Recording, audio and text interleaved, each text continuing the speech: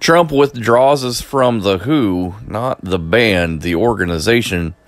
And your Wednesday pick, Arbitrage Trades State of the Bands Daily, starts right now. Good morning, traders. Here's your Arbitrage State of the Bands Daily for Wednesday, July 8th, 2020. I'm Joshua Stark. The Trump administration has formally notified the United Nations of its withdrawal from the World Health Organization, although the pullout won't take effect until next year, meaning it could be rescinded under a new administration or if circumstances change. Former Vice President Joe Biden, the presumptive Democratic presidential nominee, said he would reverse the decision on his first day in office if elected.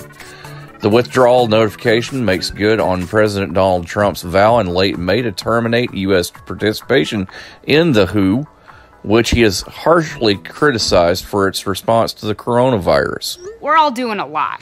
A lot of swiping, streaming, scrolling, double tapping, and social media stalking. A whole lot of nothing. You're probably scrolling right now. While we think a certain red heart is giving us life, we're neglecting the one that actually does. So let's take a stand against sitting. Let's care more about strolling than scrolling. Let's take charge of our health.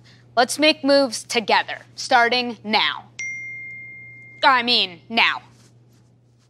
At least a dozen lawmakers have ties to organizations that receive federal coronavirus aid, according to newly released government data. This data highlights how Washington insiders were both author and beneficiary of one of the biggest government programs in U.S. history. Under pressure from Congress and outside groups, the Trump administration this week disclosed the names of some loan recipients in the $659 billion Paycheck Protection Program launched in April to help smaller businesses keep Americans employed during the pandemic. Your Wednesday pick is a biopharmaceutical company that engages in the acquisition, development, and commercialization of cancer treatments. Its product is offered for the maintenance treatment of adult patients with recurring epithelial, ovarian, fallopian tube, and primary peritoneal cancer. Clovis Oncology, symbol CLVS, starts at $6.56 share.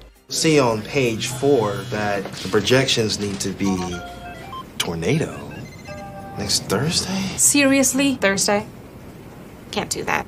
This is really inconvenient. I have yoga that day. I have no time for this. So. I can't do Thursday, but I can do Friday. Disasters don't plan ahead. You can. Talk to your loved ones about how you're going to be ready in an emergency. Don't wait. Communicate.